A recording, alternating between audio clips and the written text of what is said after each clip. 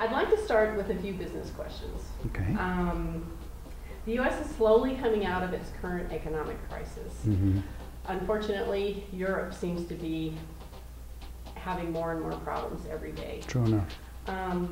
Do you feel that Peru and South America in general are going to dodge this bullet, so to speak, or do you think that's something to worry about in the future? I think it's something we worry about all the time. I think that really the worst bullet to Peru and countries like that are sort of built like ours economically is likely to come from China as opposed to Europe. And that's not saying we're immune to things that happen in Europe, but again, the crash in the States, the 2008-2009 crash, did not affect us nearly as much as it would have maybe even just 30 years before, despite the fact that you'd think that we're more connected now than we were then.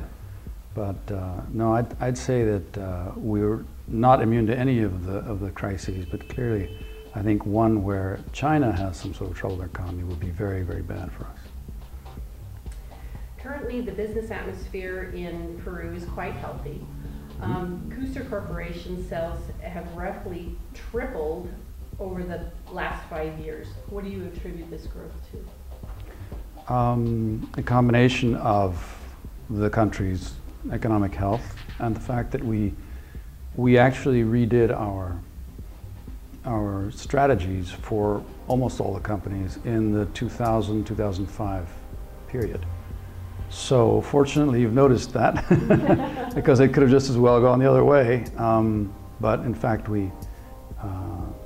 I think what you've seen is our iceberg finally made it out of the ocean, if you will, and so after a long time of preparing real sea changes in our businesses and laying out a totally new track, as of about 2006, the results began to be shown.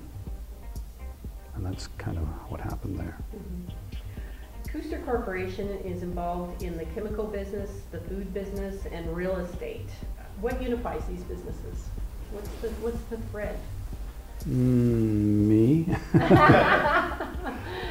Perhaps. It's just what you're interested in, most of all. I think clearly there are many areas of opportunity in Peru, and some we're either not familiar with at all and know enough now to not get into something we know nothing at all about.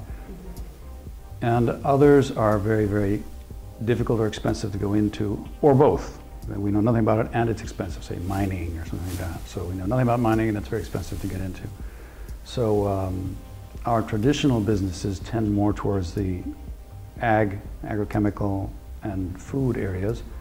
And we've started to get into real estate because it isn't, the barriers to entry are not as huge, and it's something that we have people that know something about that. That's really why.